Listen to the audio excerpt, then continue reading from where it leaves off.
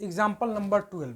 इस एग्जाम्पल में हमारे पास दो आइडेंटिकल थीन यूनिफॉर्म रॉड दी गई है और उनके इंड्स को ज्वाइन करके यह एक फ्रेम बना दिया गया है। क्लियर है। इस फ्रेम में हम देख रहे हैं कि हमारे पास यह एक यूनिफॉर्म रॉड है जिसका मास कैपिटल एम और लेंथ क्या है, कैपिटल एल है। यह दूसरा यूनिफॉर्म रॉड है जिसका मास कैपिटल एम और लेंथ क्या है, कैपिटल एल है। ठीक है। और दोनों रॉड्स का यहाँ पे इस इंड पे, दोनों रॉड्स को इस इंड पे ज्वाइन करके यह एक फ्रेम बना दी गई है और इस तरह से ज्वाइन किया गया है कि रॉड नंबर 1 और रॉड नंबर 2, इसको रॉड नंबर 1 मानते हैं, इसको रॉड नंबर 2 मानते हैं। ठीक है। रॉड नंबर 1 और रॉड नंबर 2 दोनों के बीच का एंगल कितना डिग्री है, 90 डिग्री है। क्लियर है। तो इस फ्रेम का हमें मोमेंट ऑफ इनर्शिया कैलकुलेट करना है उस एक्सिस के अबाउट जो एक्सिस इसके इस इंड से होके गुजर रहा है और यह फ्रेम जिस प्लेन में है उस प्लेन पर क्या है, परपेंडिकुलर है। ठीक है। तो मान लेते हैं कि जो एक्सिस ऑफ रोटेशन है वह कुछ इस तरीका से, इस ढंग से है। यह ग्रीन वाला एक्सिस ऑफ रोटेशन है, वह इस इंड से, इस सेकेंड नंबर रॉड के इस इंड से होकर गुजर रहा है और यह जो फ्रेम है इस बोर्ड के प्लेन में माने तो यह एक्सिस जो है वह बोर्ड के प्लेन पर क्या है, परपेंडिकुलर है। क्लियर है। हमें इस एक्सिस के अबाउट इस फ्रेम का मोमेंट ऑफ इनर्शिया कैलकुलेट करना है। क्लियर। ठीक है। तो इस एक्सिस को हम लोग डायग्राम में कैसे दर्शाएंगे, तो डायग्राम में दर्शाने के लिए क्या करेंगे, इस पॉइंट पे हम लोग एक डॉट बनाएंगे और उसको एक सर्किल से घेर देंगे। क्लियर है। यह मेरा एक्सिस ऑफ रोटेशन है। यह क्या हम इंडिकेट करेगा, यह डॉट और सर्किल मिलकर यह इंडिकेट करेगा कि एक्सिस ऑफ रोटेशन इस पॉइंट से होकर गुजर रहा है और इस पॉइंट पर क्या है, परपेंडिकुलर है। यह पॉइंट जिस प्लेन में है उस प्लेन पर क्या है, वह परपेंडिकुलर है एक्सिस ऑफ रोटेशन। क्लियर। ठीक है। ठीक। तो हम करेंगे क्या, इस एक्सिस ऑफ रोटेशन के अबाउट,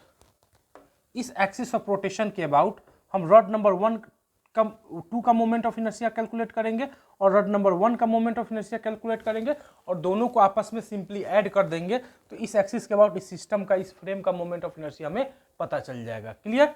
ठीक है। तो मान लेते हैं कि इस एक्सिस के अबाउट रॉड नंबर 2 का जो मोमेंट ऑफ इनर्शिया है वह I2 है। तो I2 होगा कितना, क्योंकि यह एक्सिस जो है वह रॉड नंबर 2 के कहाँ से होकर गुजर रहा है, इंड से होकर गुजर रहा है और रॉड के लेंथ पर यह क्या है, परपेंडिकुलर है। तो हमें यह पता है कि यह कोई यूनिफॉर्म रॉड है जिसका मास m है, लेंथ क्या l है और एक्सिस रॉड के इंड से होकर गुजरे और रॉड के लेंथ पर क्या हो, परपेंडिकुलर हो, तो इस एक्सिस के बाद मोमेंट ऑफ इनर्शिया क्या होता है, ml²/3 होता है। तो हम इस फॉर्मूला का यूज करके इस रॉड का मोमेंट ऑफ इनर्शिया कैलकुलेट करेंगे। ठीक है। तो इस केस में क्या दिया गया, एक्सिस ऑफ रोटेशन जो दी गई है वह क्या दिया गया है, इंड इस रॉड नंबर 2 के इंड से होकर गुजर रहा है और रॉड के लेंथ नंबर 2 के लेंथ पर क्या है, परपेंडिकुलर है। ठीक है। तो इस एक्सिस के अबाउट मोमेंट ऑफ इनर्शिया के लिए जब इस फॉर्मूला का यूज करेंगे तो हम क्या लिखेंगे, इस रॉड का मान लेते हैं इस एक्सिस के अबाउट इस रॉड का मोमेंट ऑफ इनर्शिया I2 है, तो I2 होगा क्या, तो I2 जो होगा इस रॉड का मास m, रॉड का लेंथ l, तो ml² क्या होगा 3। क्लियर। ठीक है। तो इस एक्सिस के अबाउट रॉड नंबर 2 का मोमेंट ऑफ इनर्शिया हमें पता चल गया कितना होगा, ml²/3। क्लियर। अब हमें कैलकुलेट करना है इस एक्सिस के अबाउट इस रॉड का मोमेंट ऑफ इनर्शिया। क्लियर है। तो इस एक्सिस के अबाउट इस रॉड नंबर 1 का जो मोमेंट ऑफ इनर्शिया है उसको अगर हम I1 माने, उसको क्या मान लेते हैं, I1 मान लेते हैं, तो I1 होगा क्या, जो I1 होगा वह क्या होगा, उसे हम कैसे कैलकुलेट करेंगे, तो हम लोग I1 को कैलकुलेट करने के लिए क्या करेंगे, पैरेलल एक्सिस थ्योरम लगाएंगे। तो इस रॉड नंबर 1 का कहीं ना कहीं सेंटर ऑफ मास होगा और वह सेंटर ऑफ मास कहाँ होगा, जस्ट इसके मिड पॉइंट पे होगा, क्योंकि यह रॉड यूनिफॉर्म रॉड है तो यह मान लेते हैं सेंटर ऑफ मास है। तो इस एक्सिस के बाद मोमेंट ऑफ इनर्शिया हमें पता होता है कितना होता है। इसको अगर हम ICM बोले तो ICM होगा कितना, ml²/12। क्लियर है।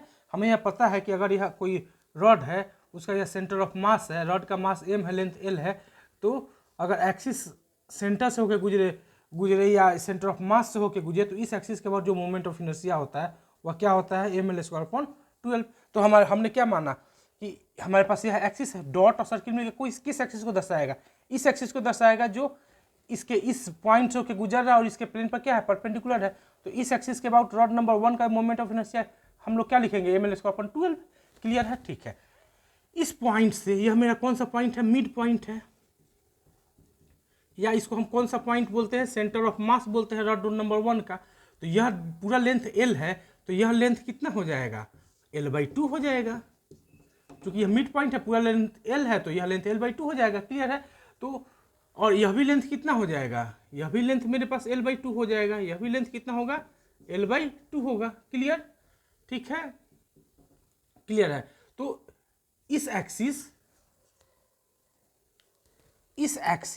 और इस एक्सिस के बीच का डिस्टेंस क्या होगा, तो हम लोग डिस्टेंस क्या होगा, यह डिस्टेंस होगा। हम दोनों एक्सिस के बीच के डिस्टेंस को कैसे कैलकुलेट करेंगे, दोनों एक्सिस के बीच के डिस्टेंस को कैलकुलेट करने के लिए इस पॉइंट और इस पॉइंट को आपस में मिला देंगे। क्लियर है? यह डिस्टेंस हो गया, होगा कितना, तो यह मेरा डिस्टेंस L/2 है और यह पूरा लेंथ क्या है, L है, और यह एंगल कितना डिग्री है, 90 डिग्री है। यह एंगल कितना डिग्री है, 90 डिग्री है। तो यह साइड क्या हो जाएगा, हाइपोटेनस होगा, और इसका वैल्यू कितना आएगा, तो हम लिखेंगे L², इसका लेंथ L² प्लस L/2 का स्क्वायर। क्लियर? जब इसको सॉल्व करेंगे तो हमें क्या मिल जाएगा, 5L² root under 5L²/4। Clear है? तो दोनों एक्सिस, इस एक्सिस, यह एक्सिस जिसके अबाउट हमें इस रॉड का मोमेंट, रॉड नंबर 1 का मोमेंट ऑफ इनर्शिया कैलकुलेट करना है, वह एक्सिस यह है, और यह axis centre of rod number 1 के सेंटर ऑफ मास से गुजरा और लेंथ पर क्या है, परपेंडिकुलर है। ठीक है? तो इस एक्सिस के बाद मोमेंट ऑफ इनर्शिया हमें पता है कितना होता है, mL/12 होता है, और इस एक्सिस के बाद कैलकुलेट करना है तो हम लोग क्या करेंगे, तो इस ब्लैक वाले एक्सिस के बाद मोमेंट ऑफ इनर्शिया जिसको ICM बोले हैं, तो हम यहाँ क्या लिखेंगे, ICM प्लस रॉड नंबर 1 का मास कितना दिया गया है, m, तो हम लोग क्या लिखेंगे, m इंटू दोनों एक्सिस के बीच का डिस्टेंस, दोनों एक्सिस के बीच का डिस्टेंस क्या है, यह मेरे डिस्टेंस को अगर हम d माने तो d², यही होता है। ठीक है? तो ICM हमें पता है कितना लिखते हैं, mL/12 plus mass m, d हमें पता है कितना है, यही ना, दोनों एक्सिस के बीच का डिस्टेंस हमारे पास कितना है, रूट अंडर 5L²/4, यह डिस्टेंस है दोनों एक्सिस के बीच का। तो हम लोग यहाँ क्या लिखेंगे, रूट अंडर 5L²/4 का स्क्वायर। क्लियर?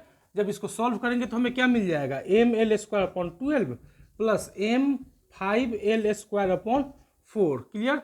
जब इसको सॉल्व करेंगे तो हमें क्या मिल जाएगा, mL² प्लस 5×3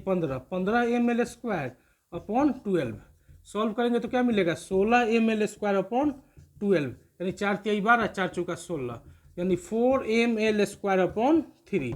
तो I1 हमें पता चल गया। ठीक है? इस एक्सिस के अबाउट, यह ग्रीन वाले एक्सिस के अबाउट रॉड नंबर 1 का मोमेंट ऑफ इनर्शिया हमारे पास कितना आ गया, इतना। ठीक है? और ग्रीन वाले एक्सिस के अबाउट रॉड नंबर 2 का मोमेंट ऑफ इनर्शिया कितना है, इतना है। तो मान लेते हैं इस एक्सिस के अबाउट इस पूरे सिस्टम का, पूरे फ्रेम का मोमेंट ऑफ इनर्शिया I है, तो I होगा कि कितना, इस एक्सिस के अबाउट रॉड नंबर 2 का मोमेंट ऑफ इनर्शिया यानी I2 प्लस इस एक्सिस के अबाउट रॉड नंबर 1 का मोमेंट ऑफ इनर्शिया यानी I1। क्लियर है? ठीक है, तो I बराबर क्या हो जाएगा, I2 प्लस I1। I2 हमारे पास कितना है, इतना है, mL²/3 है, प्लस I1 हमारे पास कितना है, 4 mL²/3 है। सॉल्व करेंगे तो कितना आ जाएगा, 5 mL²/3। ठीक है? तो इस एक्सिस के अबाउट, इस फ्रेम का मोमेंट ऑफ इनर्शिया कितना होगा, 5 mL²/3। क्लियर है? ठीक है? तो आप इस वीडियो को एक बार देखेंगे, समझेंगे और खुद से ट्राई करेंगे। यह बहुत ही अच्छा एग्जाम्पल है। ठीक है? यह बहुत ही अच्छा एग्जाम्पल है। इस एग्जाम्पल में हमने कई कॉन्सेप्ट का यूज करके सॉल्व किया है। ठीक है? Okay, thank you.